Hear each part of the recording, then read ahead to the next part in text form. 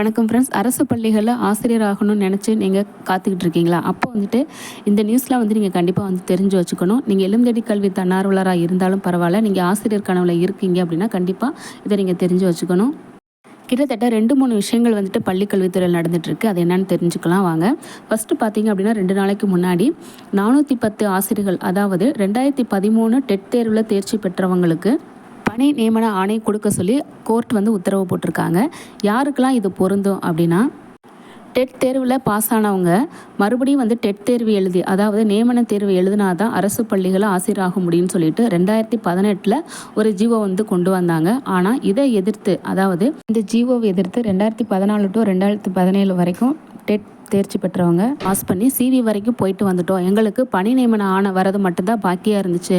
ஆனால் 2018 இந்த திட்டம் கொண்டு வந்ததுனால, அதாவது பணி நியமன தேர்வு கொண்டு வந்ததுனால எங்களோட பணி வந்து பாதிக்கப்படுது, எங்களோட வாழ்வாதாரம் பாதிக்கப்படுதுன்னு சொல்லிட்டு 2014 to 2017 வரைக்கும் டெட் பாஸ் பண்ணி சான்றிதழ் சரிபார்ப்பு முடித்தவங்க உயர்நீதிமன்றத்தில் கேஸ் வந்து போட்டிருந்தாங்க. இப்போ அதுக்கான தீர்ப்பு தான் வந்திருக்கு.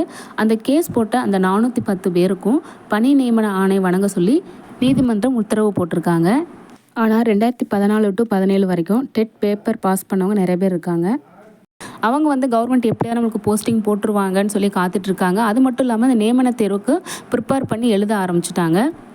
2017 வரைக்கும் டெட் பாஸ் பண்ணி சிவி வரைக்கும் போனவங்க, இந்த அறிவிப்பு வந்து 2018 தானே வந்துச்சு, இது வந்து எங்களுக்கு எப்படி செல்லுபடி ஆகும், 2014 to 2017 நாங்கள் பாஸ் பண்ணிட்டோம் அப்படின்னு சொல்லி நீதிமன்றத்தை நாடுனால இப்போ அவங்களுக்கு ஒரு நல்ல தீர்ப்பு வந்து கிடச்சிருக்கு.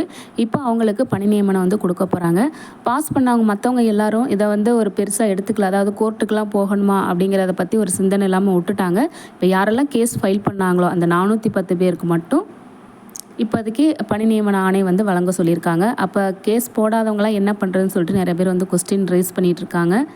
ஒரு பக்கம் 2013 டெட் பாஸ் பண்ணி சிவி வரைக்கும் முடித்தவங்க கோர்ட்டில் கேஸ் போட்டு ஒரு நல்ல ஆர்டர் வந்து வாங்கிட்டாங்க.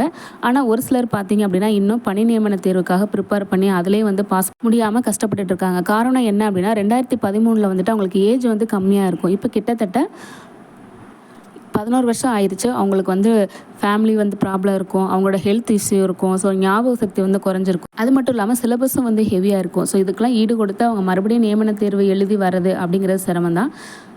அது மட்டும் இல்லாமல் இப்போ நடந்த, அதாவது நேற்று நடந்த இடைநிலை ஆசிரியர் நியமன தேர்வில் பார்த்தீங்கன்னா கொஸ்டின்ஸ்லாம் ரொம்ப வந்து டஃப்பாக வந்து கேட்டிருக்காங்க.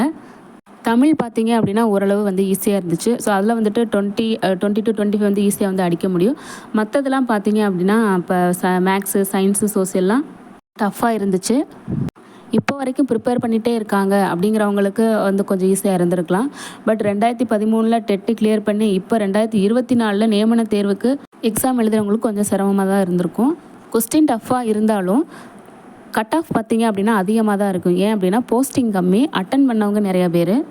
கட் ஆஃப் பார்த்தீங்க அப்படின்னா 130+ இருக்கலாம் சொல்லி எல்லாம் பேசிக்கிறாங்க. பட் எதுவும் கன்ஃபார்ம் இல்லை. அதிகாரப்பூர்வ தகவல் வர வரைக்கும் கொஞ்சம் வெயிட் பண்ணுவோம். 90+ ஸ்கோர் பண்ணியிருந்தீங்க அப்படின்னா கொஞ்சம் பாஸ் ஆயிடலாம். 2013 17 வரைக்கும் ஒவ்வொரு வருஷத்துக்கு வந்து பார்த்தீங்க அப்படின்னா உங்களுக்கு பாயிண்ட் வந்து ஆட் ஆகும். ஸோ அதை சேர்த்து கூட ரிசல்ட் வந்தால் நல்லாயிருக்கும். ஸோ எப்படி பார்த்தாலும் டீச்சர்ஸை வந்துட்டு ரொம்ப ஃபில்ட்ரு பண்ணி எடுக்கணும் அப்படிங்கிறதுக்காண்டியே கொஸ்டின் பேப்பர் டஃப்பாக வந்து கேட்டிருப்பாங்க போல் இருக்குது. ஏஜ் ஆகிட்டே இருக்குது, ஃபேமிலி ப்ரெஷர், மென்டல் ப்ரெஷர் இதெல்லாம் தாண்டி டீச்சர் ஆகிறதுங்கிறது ஒரு பெரிய கேள்விக்குறியாக தான் இருக்குது. பட் இதெல்லாம் தாண்டி டீச்சர் வேலைக்கு வரீங்க அப்படின்னா நீங்கள் உண்மையிலே பெரிய ஆள் தாங்க.